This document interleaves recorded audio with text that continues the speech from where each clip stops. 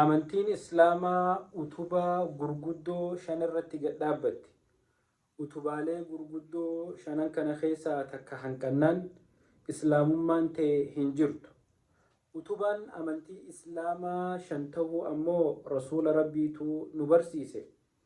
Hadiisa beekamaa 40 keessatti qaraan keessatti obboleeyyan kiyya Jibriil malaayikaan rabbii rasuula rabbii sallallahu alaihi wasallam isaa sahaabota isaa wajjin taahaa jiru itti dhufeeti yaa Muhammad fa'akhbirnii anil islaam je'ee gaafate. yaa Muhammad islaamummaa irraa naa himii je'ee gaafannaan rasuulli rabbii sallallahu alaihi wasallam al-islaamu أن تشهد أن لا إله إلا الله وأن محمد رسول الله.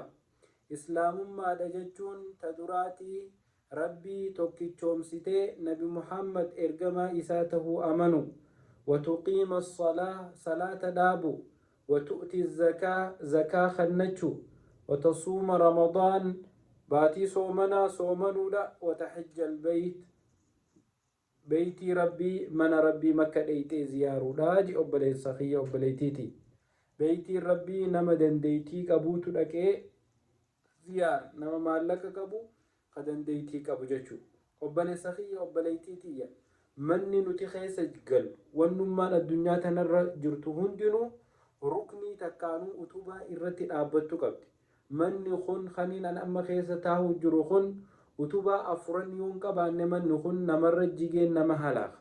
Islaamummaan ilma namaatis arkaana shanan kana yoo guuttachuu baattee irru. Shanan kana keessaa takka irristee an islaama jechuu hin dandeessu. Shanan kana keessaa takkatti amantee takka dhiisuu hin dandeessu. Shanan guututti itti amantee hojii mul'iste.